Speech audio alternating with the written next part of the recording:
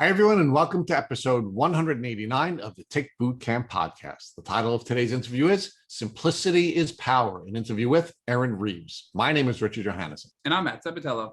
Matt, Erin taught us that mindset is binary, and you must have a positive mindset and identity in order to be able to heal from Lyme disease. And Rich, Erin was such a great interview. She taught us so many complex concepts and simplified them for us so they were easy to understand. And she taught us some things that we've never heard before in the Tick Boot Camp podcast.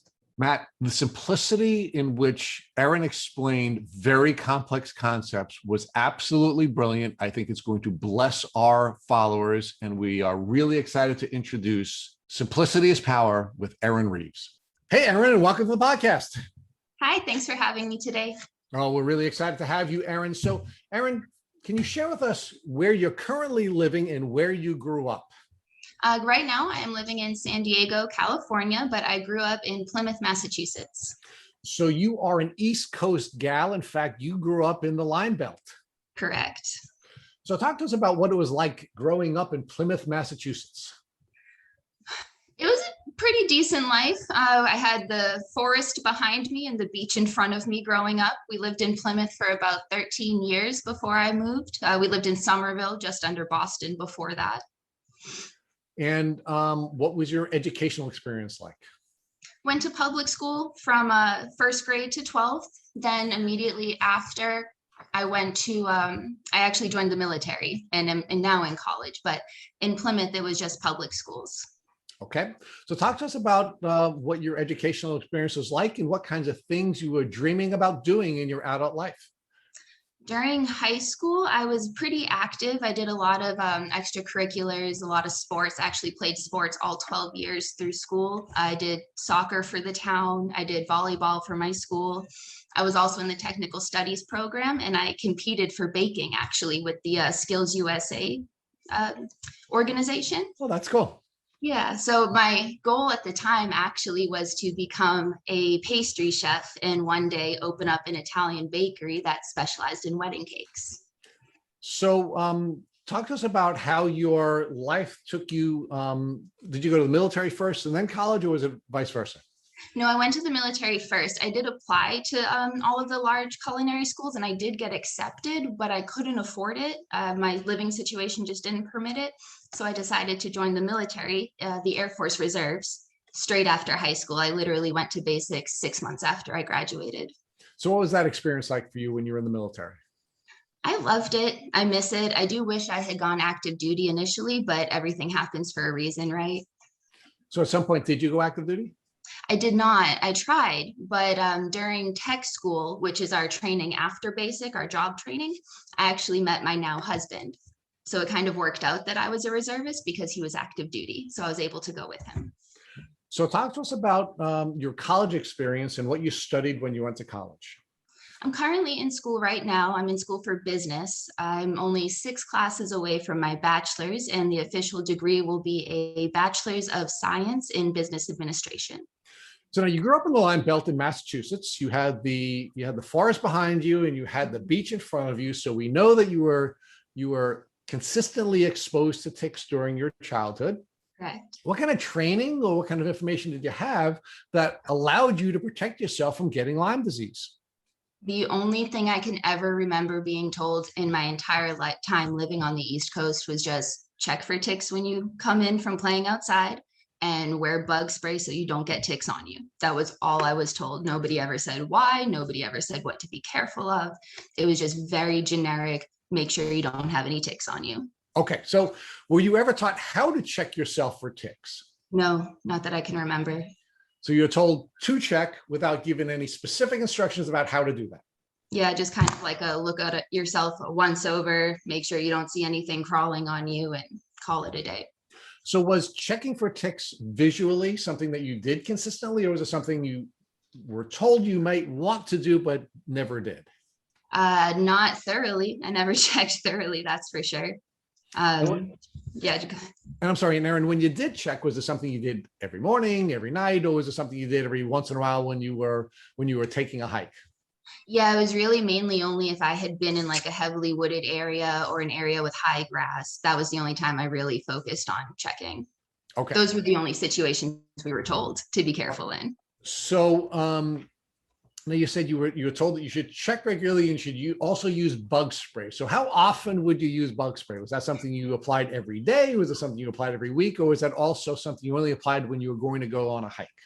The bug spray I did wear daily just because we had a lot of mosquitoes in our backyard. But like I said, the woods were right there. So, but the bug spray, I don't know if it was like the proper kind or what have you. So when did you first start to feel the symptoms that you now know to be Lyme disease? When I was about 12 or 13. Okay. What were those symptoms and what impact was that having on your ability to pursue your dreams as an athlete and ultimately your dreams as a pastry chef? I didn't know what was going on at first. My symptoms presented mainly as psychological symptoms. So I just looked like an angsty, depressed teenager, which I mean, really what I now know prompted it was like one of those quote traumatic events. A family member had passed away, and it was the first family member in my life that had passed away. And I went from a happy adolescent to very, very, very depressed within a week. And that's not the nature of depression, to be just like a switch like that. But I just thought that was how I was dealing with my grief of losing that family member. So it just presented that way. And I just kind of went through the next several years just being very depressed. And my academics took a hit. Sorry, go ahead. So prior to that switch being switched, do you recall having been bitten by a tick? I don't. Do you ever recall having been bitten by a tick? No, I never had a bullseye or anything. So talk to us about now, or any other type of rash which you would now describe as a Lyme rash. Oh, I'm not sure.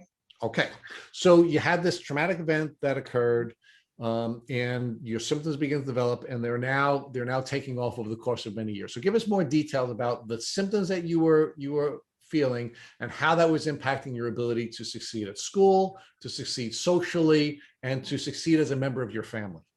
Yeah, mainly for me, it boiled down to feeling like I was kind of living an out-of-body experience is really how I can sum up my symptoms. It was like I was living, but I was watching myself live life. I didn't feel connected to myself. And so the depression kind of confused me because I didn't feel like there was a true reason to feel that way, which then made me anxious. And I tried to say that I felt unwell to family, and I was just told I was a hypochondriac. So I kind of just disassociated for years, and that impacted everything. I lost my not will to live, but pretty much. Okay, so let's dig a little bit deeper into your family interaction. So you were feeling this depersonalization, that you were outside of your body. Were you describing that to your family members in detail? And what family members were you describing it to? No, I didn't, because I thought I was a depressed teenager. So I just stuck to myself, locked myself in my room. My parents actually didn't even know that anything was wrong, because to them, I presented as a happy-go-lucky teenager because I tried my best to keep up with life as normal. And were you hiding your true feelings so that no one would see that you were feeling the way that you are? Yeah, because I didn't want them to see me suffering. So what mask were you presenting so that others wouldn't know that you were suffering from this depersonalization? Just keeping up with everything as much I can, pushing myself to the limits to stay above water. I'm tired all the time, brain fog, so that my grades were slipping, and that was a problem. Looking back on it now, there's not one area of life that hadn't been affected by what I now know was Lyme. Now, you said that you're spending most of your time in your bedroom. So I'm assuming you were having some social challenges as well, where you were not interacting well with your peers. Talk to us about what your personal relationships were like at that time. I had a very, very small friend group. It was more, looking back, it was more or less of like the outcasts, if you will. But I also tried to be friends with everybody. I tried to be very personable because, again, I didn't want it known that I was suffering. And what impact did your Lyme symptoms have on your ability to be the friend you wanted to be to everyone, or even the friend you wanted to be to the small group of outcasts that you were hanging out with at that time? It made it difficult. Crippling anxiety didn't help. The guilt that I would feel when I felt too unwell to interact with people, that made it really difficult. I carried a lot of guilt for a long time because of that. So at some point, did you share with your parents or your friends or the school nurse that you were dealing with these depressive symptoms? They found out eventually. There was some self-harm involved, and that's when everybody kind of woke up to it. But even after that, all I was asked to do was see the school therapist once. And then people just kept, I really got treated differently afterwards. It was like my worst nightmare come true. People were like apprehensive of how they were approaching me now, which is exactly what I didn't want. So again, I went back to faking that I was okay so that people would stop asking me if I was okay. So why was it bothering you that people were asking you if you were okay after you had engaged in some form of self-harm? I didn't like the attention because in my eyes, it was negative attention. This wasn't a good thing going on. And I didn't like the stigma around it. And I just wanted to be left alone. So talk to us about the energy that you had at that time and whether or not all of the energy you had to put into wearing the mask and being someone that you weren't and hiding your feelings impacted your level of energy and the fatigue that you were feeling generally. And I was asleep for at least 2 periods of school every day because I had insomnia too because of the anxiety. So it was just a constant fatigue that until I started getting treated properly, I didn't even know I was feeling because it had become so much part of myself. And how long after the onset of your initial neurological/psychological symptoms developed did you begin to get proper treatment? 15 years almost. So talk to us about what it was like during the course of those 15 years and how these symptoms now developed before you were properly diagnosed. I think once I moved out of my parents' house, once I got married, that was another one of those like traumatic events because it was the first time leaving my family's house really. And I started steadily gaining weight. The depression was still there. So I sought the help of a psychiatrist finally and a therapist. Went on the mental health medication route and the therapy route, and that did not help. They kept adding medication, still under the assumption that it was major depressive disorder and nothing else, because all of my normal blood labs were fine consistently for years. So now I'm thinking, am I actually crazy? Because on paper, everything looks fine in the 6 years that I've been in the military. So everything was very, very hidden. So I ended up gaining 70 pounds in 3 years before getting my diagnosis, which was very difficult. And then finally, I actually started working for the physician who ended up diagnosing me. So we'll get to that in a minute. Let's talk about the weight gain. Do you believe that the weight gain was a result of the medications you were taking, or was it the result of the progression of your emotional and neurological symptoms causing you to suffer this as a symptom? It was certainly a combination of all of that. Due to the anxiety, I was binge eating. The depression, I was drinking a lot once I was of age. That didn't help. Come to find out, I actually also was diagnosed with celiac disease, and I didn't know that. So this whole time I'm gaining weight and I'm binge eating, I'm eating everything that contains gluten, not knowing I'm actually making myself worse. So let's talk about first the emotional impact that the weight gain was having on you, and then we're going to talk about the physiological impacts of it. So you said that gaining the weight was not good. So what did you mean by that first emotionally? Emotionally, it definitely took a toll on me because my entire life I had been a relatively fit, athletic woman, and now I am. And you couldn't really see the weight on me because I'm so tall. I'm 5'10". At my heaviest, I was 218. But from having been so athletic to now not appearing athletic, that was hard for me to deal with.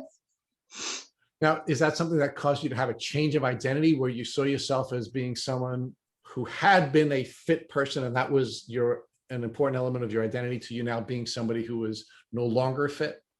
Yes, it kind of created a pseudo identity crisis, which made my still out of body experience that I'm having worse. Made me feel even more separated from myself.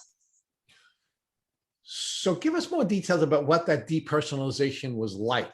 Meaning, can you give us a description of what it's like to be out of your body and watching your life taking place, and how that impacted your health? It's almost like when you're watching a movie and the main character really resonates with you, like you almost feel like you're them, and you can feel and see and witness all of these things happening to you, but you don't have any control over what's happening. You're just watching it happen. You can't do anything about it. That's how it felt to me. It was like I was screaming at myself to change something, but I couldn't hear myself. It was like deaf ears, if any of that makes sense. Makes perfect sense. It's a brilliant description, actually, of depersonalization. So talk to us about now how this sort of cycle of weight gain and feeling sicker physically and feeling worse emotionally was developing now before your diagnosis. Yeah, so with the depersonalization and the fatigue and everything with those symptoms, I also had a lot of pain, a lot of inflammation. And I thought I had just had joint pain forever. When I was 15 years old, I started having sciatic pain. My parents have both had 2 back surgeries, so I'm thinking it's just hereditary. Looking back now, a 15-year-old really shouldn't have sciatic pain. So I had been taking about 1,800 milligrams of ibuprofen a day. Wow. For years, and which resulted in stomach ulcers. So every symptom that I didn't know what was really happening caused something worse to happen that I ended up addressing, not knowing the root cause of everything. So I'm just masking symptoms, taking care of symptoms with no real medical help, just Googling symptoms. So Erin, you talked about having this window of time where you're gaining this weight that you're treating with mental health professionals. You're treating with psychologists and psychiatrists, and they're medicating you and changing your medication and changing your medication. At any point, did any of these medical professionals ever discuss with you the possibility that you may have Lyme disease because none of the medications that they're giving you are helping you with your neurological and your psychiatric conditions? No, none of them. It went from you have major depressive order with generalized anxiety to we think you might have bipolar 2 on top of everything else. So they just keep changing your medication over the course of this 3-year window, and it's never having a positive impact on you, and it's never helping you to feel better, but they just keep changing the medicines. They keep changing it. They kept adding. At one point, I was on 4 different mental health medications. And I kept telling them, I said, look, I think it got me to a new plateau, but I don't really feel better. I feel a little less bad, but I don't feel better. And so that's when they would add or change. Okay. So you said that you ultimately were diagnosed by a doctor that you went to work for. Talk to us about that doctor and the relationship you developed with that doctor. I truly feel like I owe that doctor and that clinic everything, honestly. So I found them on Indeed when I moved out to California from Florida, because I was working as a medical assistant at the time. And it was a rheumatology center that I had never worked in rheumatology before. So I didn't think anything of it. I hadn't heard back from them in about a week, but then they gave me a call, asked me to come in for an interview that day, and I was hired on the spot. Then 2 weeks into training in my new position, I was training on this diagnostic tool they used there called thermography, which is just thermal imaging. And it's one of the tools that that doctor uses for diagnostic stuff. And I had the PA who works under that doctor there come look at what the side of my arm looked like on the thermal imaging. The scale we used was like a gray scale, and it looked like I was covered in leopard prints. And then we looked at my back and it was all leopard print. So I looked to the PA and I said, what did that mean? And she said her words were, you should probably get a referral to be seen here as an actual established patient. And did you do that? I did. And how was that experience different than any other doctor you were treated with prior to going to that doctor's office? It was the first time I actually felt heard by a medical professional. It was the first time I left an appointment feeling better and feeling understood, in that I felt like I actually had answers for the first time and like I wasn't actually crazy. All right, so let's pause there for a second. Mhm. You had seen many doctors before you went to see this doctor, and you had a lot of different symptoms that you were bringing to your doctors. And one of the things that I always like to try to tease out is how much of the diagnostic failure is based on the failure to properly train doctors, and how much of the diagnostic challenges are presented by people wearing a mask and not really sharing all their symptoms as part of the disease. How much of you think the diagnostic challenges that you faced before seeing this doctor were generated by your disease and your failure to properly or fully explain everything that you had? And how much of it do you think was based on the medical training failures or the mindset failures of the doctors you were treating with before? I think it's about 50-50, as much as I think a lot of patients like myself would like to completely blame doctors. I also didn't know the right questions to ask or how to advocate for myself. Had I known better, obviously I would have. Now, as far as the medical professionals, I think there is a gross lack of training for them, because if any of those doctors had just ordered another test, another blood test, a more specific blood test, we could have known long before. Now, Erin, you were working as a medical professional yourself. Correct. So talk to us about what you learned during any of your training or any of your experience about Lyme disease during that window of your career. Until I started working for that rheumatologist, I didn't learn anything about Lyme disease at all. So now, in your experience as a medical professional, what were the differences that you would observe between the people who had interacted with doctors and had a good experience and the people who interacted with doctors who had a bad experience? Meaning, were there some people that just garnered better responses from doctors, or were the doctors just not good at gathering the information they needed to gather to properly help the people who are with them? I think, sorry, brain fog. Can you repeat your question? Yeah, so I'm asking you now, when you were a medical professional, Right. and you were now working with doctors and patients. Right. Now, observing the interaction between the doctors and the patients that you saw, not when you were a patient, but when you were watching other patient and doctor interactions, what type of doctors and what type of mindset did they have when they were serving patients the best? Let's start with that first. I think the doctors that I've seen that served patients the best were much more open to listening to the patient and asking the patient follow-up questions to dig deeper. Okay, now let's talk about the patients you saw who got the best results.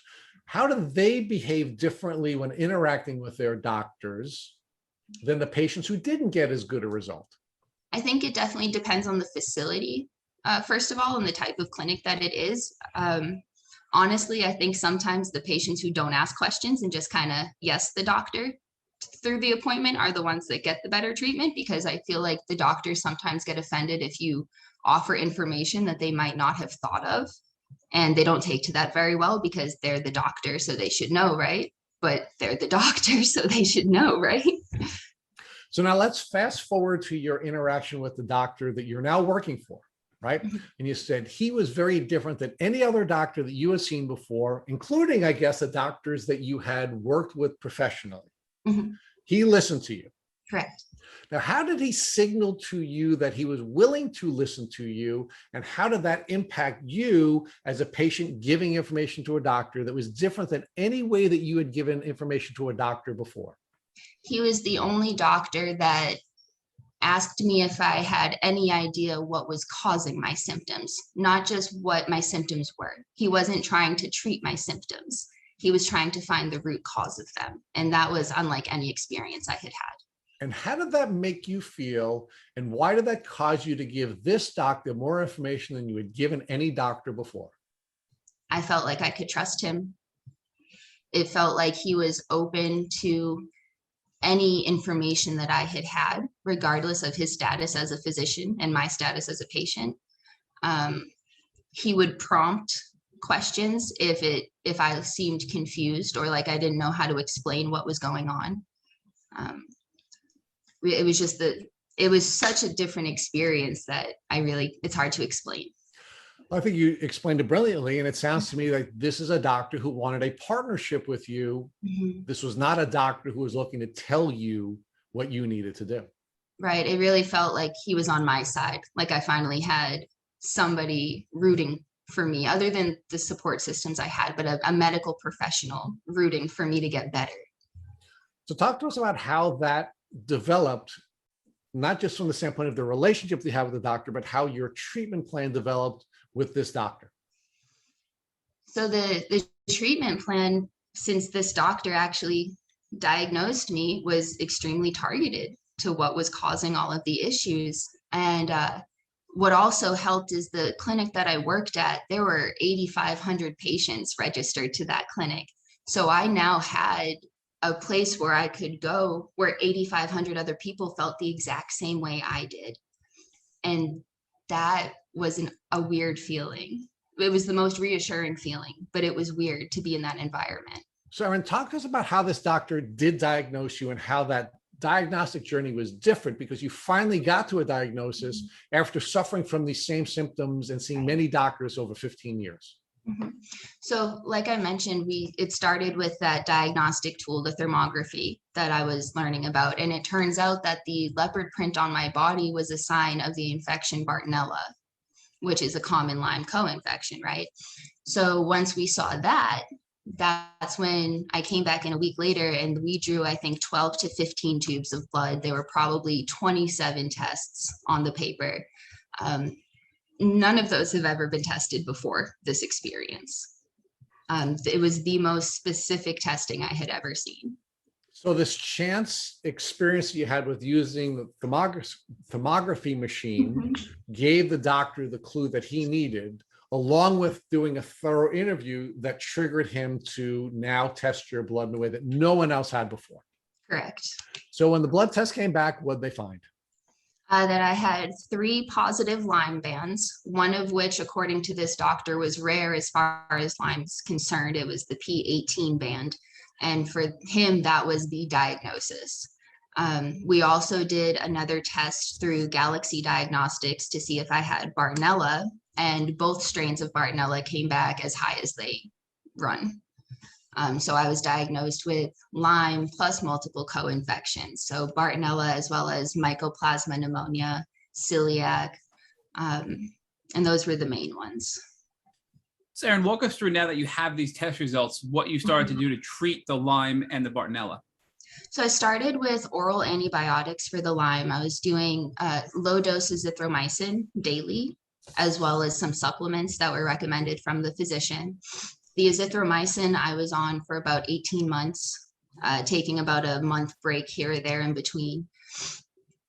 Now, actually, I'm doing the Bicillin LA shots, which are kind of like a penicillin, but it's an antibiotic injection that I get every 2 weeks.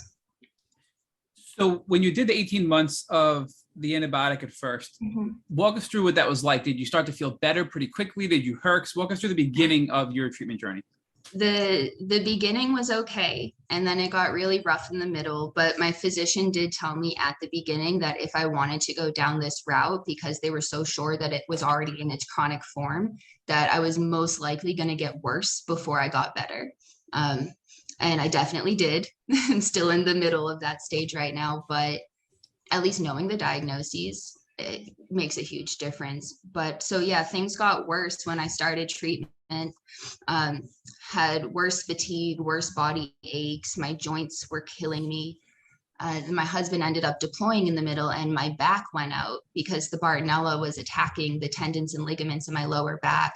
So from November of 2019 until about May of 2020, I was using a cane to walk. And I was in traction at physical therapy. I had to wear dresses because I couldn't really bend over to put pants on. I was still working through it all, though, full time at that clinic. and a student. So things were really rough and really stressful. So is there anything that you found that's been helpful to treat these symptom flare-ups while you're treating that you can recommend to our listeners? So for example, you mentioned you had bad fatigue, you had bad back aches and joint pain. Is there anything you're doing from an herbal standpoint or a supplement standpoint or a physical therapy or a chiropractic standpoint that you feel has helped you overcome some of these flare-ups that could also help our listeners? Yeah, actually foam rolling helped my back pain tremendously. It was really the only thing that did that, in Pilates helped my back a lot. So when my back starts to go out or I feel the sciatic pain starting to flare, I'll foam roll, I'll do some Pilates exercises, and yoga helped a lot. So walk us through the foam rolling. A lot of people have back pain associated with Lyme and other co-infections. So a foam roller, I know you can buy on Amazon pretty cheaply, right? And Right. It sounds like it's something that people can do at home to get some symptom relief while they're treating. So what exactly is involved in using a foam roller to alleviate your back pain? So I found this really great video on YouTube when my back went out, and it's specifically foam rolling for lower back pain. And you start kind of mid back and you work your way down your back on the foam roller. And then the part that surprised me actually is my hamstrings and my quads were so tight from years of being athletic and never properly cooling down, that those were actually causing my back pain. So when I would go over my hamstrings or quads, I would feel my back start to crack and pop as if I went to a chiropractor. And so that was everything kind of like de-stressing itself. And so then I would do the yoga afterwards. So I think it's a really important tip that many of us have learned, that just because you're having pain in one part of your body, it doesn't mean that's the actual source of the pain. It could be being triggered from somewhere else. And that is one of the biggest lessons I learned in this whole Lyme journey, that just because one area hurts does not mean that's the area where the problem is. So throughout this 18-month period before you started the Bicillin shots, give us an idea of how your symptoms improved as well. Obviously, you know, you had some herxing and symptoms worsened, but what improvements did you make throughout this 18-month window? So I lost a lot of weight as a byproduct of this, which was one of the really positive things to come out of all of this. I definitely took charge of my health. So when my symptoms weren't flaring, I was able to go to the gym 6 days a week. I was able to cardio, everything as if nothing was wrong. Now, was this something that you had a block of time where you were feeling really bad and then all of a sudden it just was a big block of good days? Or was this a time where you had some really good days and some really bad days throughout this 18-month period of getting the antibiotics? Throughout the whole thing, it's pretty much a day-to-day thing. I like to try to plan a while in advance, but I've now had to kind of reconcile with friends and family to understand that even though I say I can do something, it might not happen. It's very much a day-to-day. Do you think that your lows were lower, but also your highs were higher once you started treating? Completely. But I also think it's important to understand that the lows were lower in a different way. Like physically, things were worse, but mentally, even though it was a quote bad day, I was already in a better place mentally just having my diagnosis. So just knowing what was going on or being able to blame any of the weird symptoms on Lyme made it easier for me to deal with it because it wasn't me. I could separate it from myself. So Erin, a lot of people, once they get their Lyme diagnosis, maybe try something, don't have great success, and then they get stuck and don't treat. And some people stay there for years, sometimes decades. Yeah. What advice would you give those people who are afraid of either A, thinking they're never going to get better, or B, I don't want to get worse than I am today? Well, here's a question. Do you want to be miserable, or do you want to be miserable with a plan on getting better? That's really what it is. Either way, you're going to feel like crap. So do you want to feel like crap with an ultimate goal of remission, or do you want to just feel like crap? That was what I was faced with. So let's expand upon that though. So do you believe if people don't treat that are in that scenario, that they're going to get worse with no purpose? But in your situation, you're treating, you are having flare-ups, but you're treating with purpose. I do think that's what it is. So walk us through now what made you decide to stop the 18-month period of your azithromycin and then pivot to getting these injections of the Bicillin. I was plateauing with my treatment. So we just got to a point where my numbers weren't improving as steadily as we wanted them to. So we decided, and I started having stomach issues that the Bartonella kind of threw off. I ended up getting a mast cell reactions, and that's where my food allergies came into play. But I'm so sorry, I lost my train of thought. I was asking why you changed the treatment course, and you plateau. plateaued essentially, right? Yeah. So you did just mention mast cell, which is very common with Lyme disease. So talk to us about how you and your doctor identified that you were experiencing mast cell activation and what you did to now address that. So originally what had happened is I was just eating foods like normal, like I had for the past 20 odd years of my life. But some foods, after I would eat them, I would feel really nauseous, or I'd feel feverish, or I would break out in hives like all over my body and see visible inflammation that wasn't there prior to eating whatever food. Was there any testing that you did with your doctor? So for example, were there any lab work, any blood work, or any testing to identify that you for sure had mast cell? We didn't do the blood test for mast cell. We did do an allergy test though, and we did do a histamine blood test. So we ruled out everything else until the doctor finally said that, yes, that's what we think is going on. But we just stayed treating the Bartonella specifically. The changes we made once we identified that that was most likely the cause is we ended up doing the allergy test, like I said. So I'm on a very, very limited diet. And we ended up doing some GI testing as well to see what was going on there, which was also another reason why we stopped the oral antibiotics. I ended up with a few stomach infections because of it. So were your GI testing that you did, was there any indication or overlap with the GI tests that had something to do with the mast cell, or was that separate from the mast cell?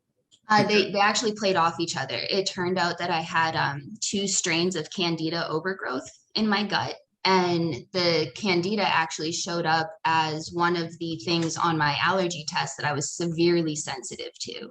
So anytime I ate any kind of sugar, that would throw off the Candida, and I'd have this full body allergic reaction. So I think before I got regulated on the foods, I was taking 3 to 4 Benadryl a day just to eat. So this truly is the whack-a-mole. I'm visualizing this as you're telling this your journey.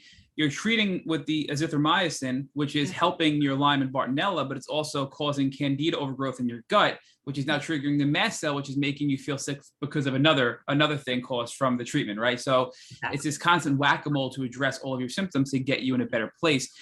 But I do want to learn more about the mast cell diet. It sounds like you really perfected that. And many people, as we noted, do have mast cell activation syndrome, or at a minimum, food allergies due to Lyme. What specifically is your diet like, and how has that helped you overcome a lot of these symptoms? So the foods that I can eat that are safe to eat, it's a shorter list than the foods that are unsafe for me to eat. So for the past year, almost 18 months now, because I got the allergy test in March of last year, I've mainly been eating chicken, green beans, and sweet potatoes or rice. That's been my main food for the past 18 months. It's basically as if I was going to be a bodybuilding or bikini competitor. That's the kind of diet I'm on. It's not fun. It's very bland, but I feel better when I don't eat the foods that I'm not supposed to. So it's kind of one of those things where I'm going to suffer if I eat the foods I want, or I'm going to suffer by not eating the foods that I want, but feeling healthier overall. So it's kind of that decision that I had to make. Do I want to eat like regular, or do I want to get better? So it sounds like we're coming back to the same scenario as we were on earlier, where do you want to suffer for no purpose, or do you want to limit your diet and maybe not experience the food you want, but have a positive health benefit as an outcome of that, right? Exactly. So these injections, we've heard a lot about people getting injections of antibiotics, and I know we've had some people get them injected in their arm. Our past podcast guest was getting injections in her arm. We've had other guests get these injections in their butt. And why are they different than traditional antibiotics? You know, is it affecting your gut differently? And why did your doctor decide to pivot to that particular model versus either oral or IV antibiotics? IV, I'm not sure. I just don't think that was something I inquired about. Maybe I wasn't at the point where that had to be considered, which is fine with me. But we chose the injections over the oral because of the effects that it had on my GI system. So the reason we do the intramuscular is so it completely bypasses that. So it sounds like this is a really good hack for those who are having GI issues due to antibiotic treatment for Lyme disease and maybe experiencing severe stomach pain, gut inflammation, etc. Could be something they can look at with their Lyme or doctor as an alternative to continue to treat with antibiotics, but bypass a lot of the GI issues that you just described. I think it's definitely something that the patients, if they aren't doing it, it would be a good conversation to have at the very least, just to inquire. You know, and shots can sound scary, but give us an idea. I mean, is it painful? Is it a simple process? Because a lot of people hear about giving themselves, shots on their own, and that's a turnoff, and it sort of makes them not want to proceed with it. But I think from your experience, it's probably something that you've become accustomed to, and I think now would recommend to others, it sounds like. Well, the good thing is I don't have to give them to myself. I go to my doctor and it's injected in the office. So that way, if anything happens, I'm already at the office. They're not really painful. It really depends on your pain tolerance and how you deal with needles. But there's lidocaine that's mixed to it when it's reconstituted, because I get the powdered form, because there's two different forms of it. And you can use cold spray, which is like a topical numbing. I don't really use that. I think that hurts worse, but to each their own. So now it's been about a total of 2 years since you've been treating now, about 18 months of the azithromycin and a few months now of these injections. Yes. Has there been anything else that you've done aside from those two items alongside those treatments that have been helping you as well? Meditating, actually. I've just recently started that this year, and that's helped a lot. It's helped with my anxiety primarily. I'm sleeping better now with it. And then trying to stay active has actually helped. I have a very busy mind. So on my days that I'm feeling well enough, I'm bouncing around my house, making as much use of the energy as I have while I have it. So let's talk about the first part of that answer that you gave us, which is the meditation. Mm-hmm. I know it's hard for me to grasp that concept. Prayer is one thing, but meditation is a very difficult concept. And I think for many people that have an overactive nervous system or an overactive mind. So how are you able to bring yourself into a place where you can meditate and get to that point of peace when you, as you noted, have such an overactive body and mind yourself as well?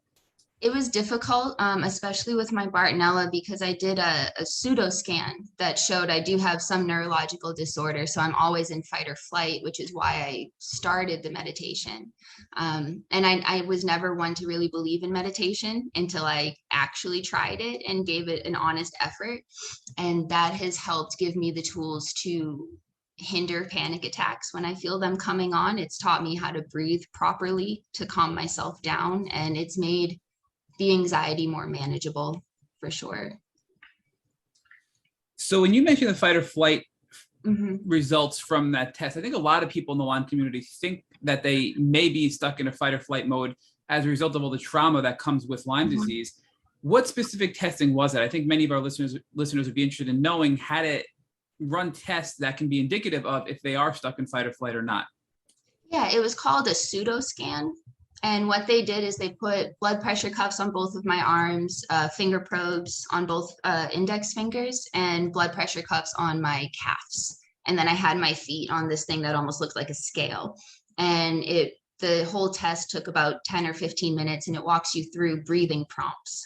And it measures your breath, your heart rate, and everything through these different prompts to see what your resting system is at. So in addition to all this, you give us an idea of your anxiety, because anxiety and depression is a very common symptom. And now that you've been treating for almost 2 years using meditation and a variety of other techniques alongside with your antibiotics to treat the underlying tick-borne illnesses, has your anxiety improved over the past 2 years? Yes and no, because it's something that is so affected by the infections right now. There's only so much I can control with it. But that in itself has been helpful, knowing that at least I know I'm doing everything I can with the anxiety. It really did get bad to the point where I thought I had a heart issue because I was having palpitations and like literally panic attacks almost every day. And my hands would shake, and I was a phlebotomist as well as an MA. So it's really hard to do my job if my hands are shaking, right? So that's when the meditation, when I really gave that a try, because I had to do something different. But I do think there's some overlap there. You Mhm. mentioned that you would have heart palpitations, you'd have physical symptoms as a result of your anxiety, but I think it's twofold, that anxiety can create some of those symptoms, but I also think the underlying tick-borne illnesses can create those symptoms as well. So it's Right. hard to determine which one is being triggered by what. Is it the infection causing the symptoms, or is it anxiety causing the symptoms? So from your personal standpoint, how have you been able to delineate, is it a herx, is it the infection, or is this anxiety and I need to meditate and calm down my nervous system? It's kind of difficult to distinguish all of that. My physician says that the level of my anxiety is directly correlated to the infection. That being said, I just kind of see it all as the anxiety, if you will. So I just treat it as, it's not my anxiety or the Lyme's anxiety. It's just the Lyme's anxiety. It has nothing to do with me. So I'll take care of it separately, because for me, it's really important to separate it from myself. So you did also mention that you would exercise when you can to help alleviate a lot of your anxiety and also your overactive mind. So many people, when they hear that in the Lyme community, counter with, I'm bedbound or I'm very limited. So are there any exercises that you do or can recommend to people that are extremely limited from a physical standpoint that can help them at least get their body moving, hopefully generate some endorphins and help them heal from that physical movement? Honestly, yoga. Slow, easy yoga. It's easy on the joints. There are many videos online to take things slow. There's actually a lot of yoga you can do in your bed. So that's a really great way, because that at least gets you moving a little bit. You feel like you're doing something, and it's physical exercise. So you're hitting all the buttons there. Do you do anything else from a detox standpoint? Because it sounds like you're doing a lot of kill off with these tick-borne illnesses. So are you doing anything to open up your drainage pathways to allow your body to purge, to die off of these toxins? If I remember to, I take activated charcoal to help bind to everything. I use the hot tub in my apartment. I do Epsom salt baths. I also have a little personal pop-up sauna that I use sometimes to help sweat out everything. And talk to us about binders, because we did a post a few weeks ago about binders, and we got a lot of questions about timing and what medications you can and cannot take binders with. So is there a particular time frame you have to take your binders? Meaning, can you take other medication and then directly have to take your binders, or that you have to space that out with your other medications? My physician advised taking it about 2 hours away from everything else. Usually what I do personally, because I'm really bad with my time management right now, is I'll try to take it at least an hour after my last meal. So that way I know I'm full till my next meal and it's not interfering with the nutrients that I'm trying to get. But I haven't been told specifically to not take it with other things. Like, I just have to take it away from them. So in a very short period of time, you've done a lot, and it seems like you've made a lot of progress already, and you're continuing on that path. So before I hand it back over to Rich, I just want to get an idea of, give me something that you've been able to do in the past several months that you never dreamed of doing when you first got diagnosed several years ago. I became a published model. I never thought that would happen in any world, regardless of Lyme. But I felt like that was the way I could bring attention to Lyme. So talk to us about that. Talk to us about the transformation that you've made, which in part has now caused you to be a published model, and why you believe that would not have happened had you not gone on your Lyme disease journey. I knew nothing really about health and proper nutrition prior to Lyme. So that definitely opened my eyes as to being aware of what I'm putting into my body. So that has helped a lot with it all.